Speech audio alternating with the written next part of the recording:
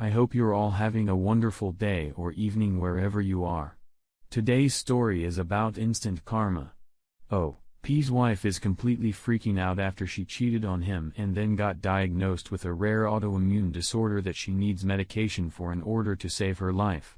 In today's second story, oh, P's wife had an affair with her college professor. Now let's get into today's stories to find out what happened. My wife of 19 years told me about her friend setting her up on a blind date. She had a girls' night out with her friend, T, who set her up apparently with a guy that she had slept with a few weeks earlier. T was hooking up with someone else and set my wife up with the past hookup. My wife went out at 7 p.m. and came home around 3 in the morning. The confession came completely out of the blue. She said she was sorry and wanted to work on our marriage. There were waterworks and lots of begging for forgiveness. She said that nothing happened between her and the guy because T had slept with him. She knew agreeing to meet the guy was wrong and going to meet him was even worse. I didn't believe that nothing happened like she said. She also said that the guy works at a SEML and makes more money. That's why he was the better option. Basically, she was confessing to actively trying to replace me. If she had found someone with a better paying job, this post would be much different. Not long after that girls' night out and before the confession, my wife and T had a total meltdown of their friendship. Suddenly, they went from best friends to T is a liar and a manipulative jealous person according to my wife. I think the confession or partial confession was to keep T from telling me about her sleeping with the guy, gaslighting me by telling me only partially about what really happened, only enough to look bad, but not the whole ugly truth of what happened. Honestly, I didn't need to be told everything that happened. Her story didn't add up. The holes in the story were too big. Little coincidences that occurred around that time put everything in perfect focus. When she told me about it, I lost all feelings for her. I just went numb. Didn't even get angry. I'm done. Just working on my exit strategy at this point, getting financials in order, finding a place to move into, etc. It really sucks that she would be willing to throw away 19 years of marriage with no regard for anything, including our 2 children. Update: she is in full-blown panic mode. Recently, she was diagnosed with an autoimmune disorder where her white blood cells attack her lungs. This causes asthma attacks that normal medication can't correct. The only drug on the market that controls the condition has a copay of $13,000 after her Medicaid. If I didn't have really good health insurance through my employment, there wouldn't be any possibility of her being able to afford it. She has been trying everything to reconcile. She even set up couples counseling. We made it through 2.5 sessions. This explains why she came clean on partial truth and wanted to fix things. Counseling went the way I figured it would. Every session was all about everything I had done ever, including my working 50 hours each week to make ends meet because she has partial disability and didn't work. I'm not saying that I'm perfect by any stretch of the imagination. Everything was brought up, including our 2 children. Well, except I was informed that the mention of her date night was off limits, about halfway through the 3rd session.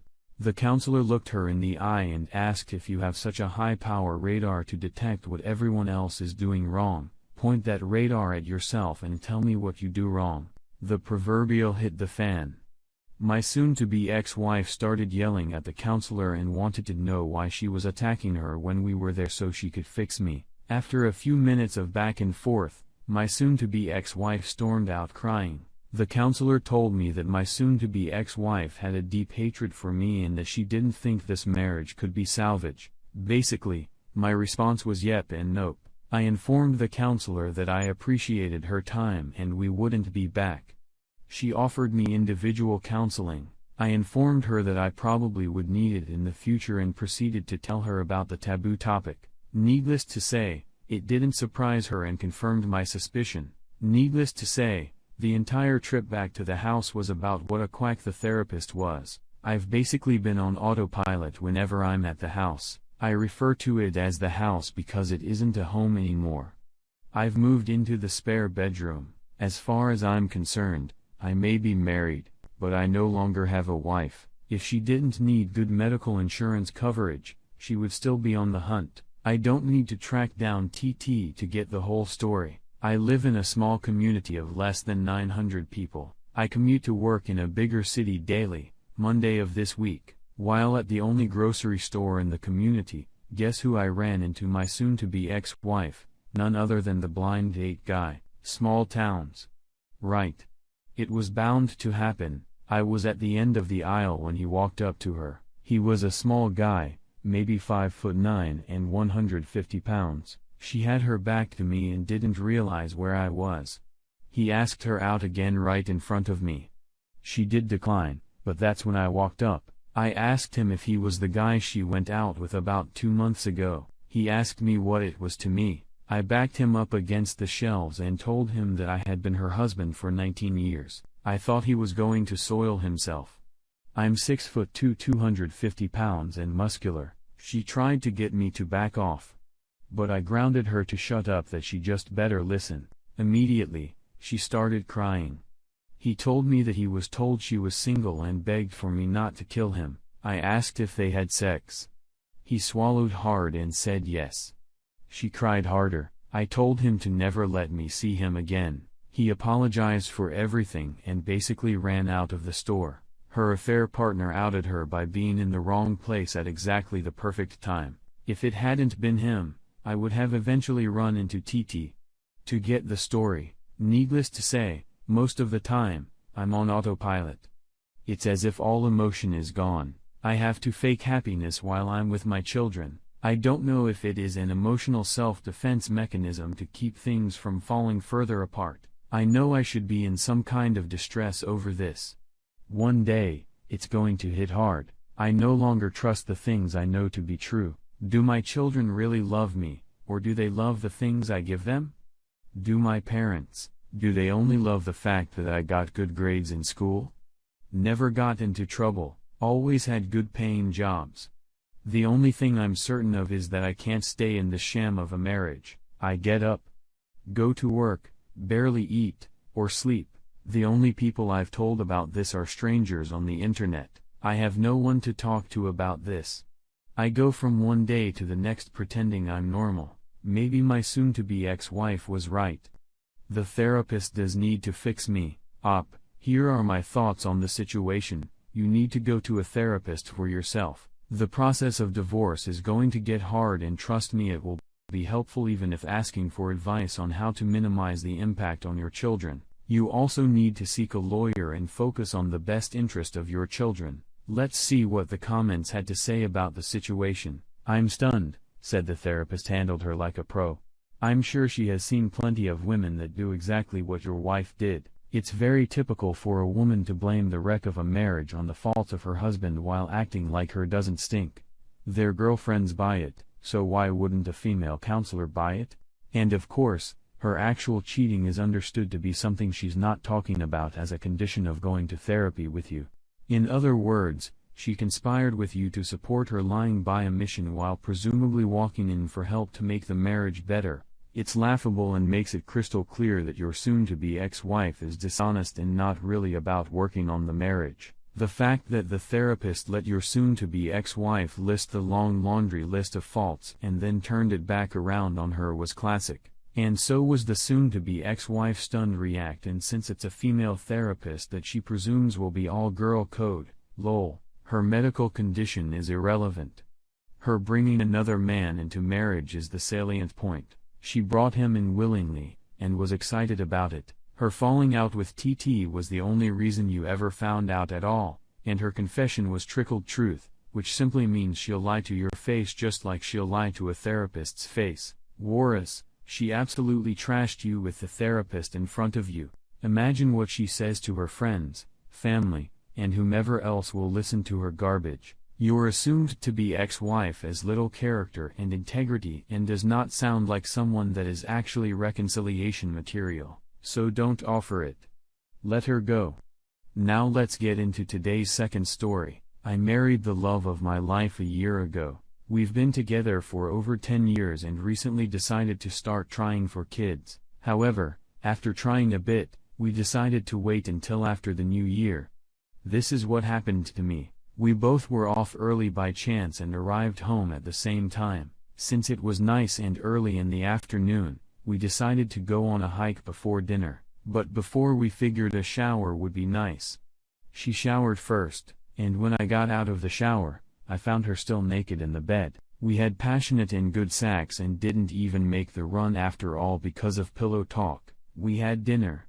And afterwards, we sat on the couch next to each other, cozy with a blanket. She is a massive fan of some TV shows, which I don't care for, so I sat with a laptop and watched Netflix at the same time while she was watching TV. She was texting her friends. We were often like that, but after the lovely afternoon, we were sitting extra close to each other. She didn't realize, however, that when my episode finished, I could easily see her mobile screen and see what she was typing. I saw my name in her text and that she was feeling so guilty that she couldn't remember the first time. But the second time was my fault. I got some grasps of information but was not entirely sure what was up, but something was wrong. She locked her phone, and I closed my laptop at the same time. She froze up like a deer in headlights. I asked her if she wanted to tell me anything. I got up and walked out of the door. Normally, she wouldn't like that in an argument, but she didn't even move. A 15-minute walk and 3 cigarettes later she still hadn't called or texted me, and because of this, I knew the worst was real. It was so unlike her. I walked back home, and she smiled at me as I came in. I turned towards the kitchen, grabbed a bottle of whiskey, and another of the red wine bottle she was drinking and walked back. She held up her wine glass and I poured a good full glass and did the same for my whiskey. The faint hope in her eyes disappeared when she realized that I really did know. She told the entire story. The first time was when we hosted a party together at our place, and I had to go to a family emergency and stay overnight. There was a new random friend that stayed late even after everyone left. She was hammered and said she couldn't remember much except that it happened. The second time was the Tuesday night thereafter. She said she was confused about what happened and wanted to meet him at his place.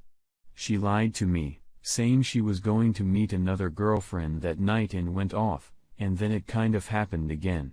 And the fault was hers because it was her decision to go there, which I didn't really get. After that, she broke it off and she was feeling terribly guilty. She didn't want me to leave and was terribly sorry, etc. The talk continued after that, but that is the gist. We spent the night apart, and I asked her to find another place for the night while I thought. That's this morning as I'm writing this. Oh, man, for all the people still reading all of this, I am sorry for the wall of text. I think this is just some therapeutic writing for me. Do with it what you want. I just had to get it off my chest. I'm going to take my time thinking on what to do and see it from there. Oh, your wife obviously has no respect for you. Do you honestly believe her sob story? You need to file for divorce immediately so you can get out of this relationship. You can also try to record everything she's saying. It will make things a lot easier for you in court. I wish you the best of luck with your situation. Thanks for taking the time to listen to today's story. Don't forget to like and subscribe if you haven't already done so, and comment below on what your thoughts are on today's stories. If there's a story you would like to share with me about your own situation or someone else's,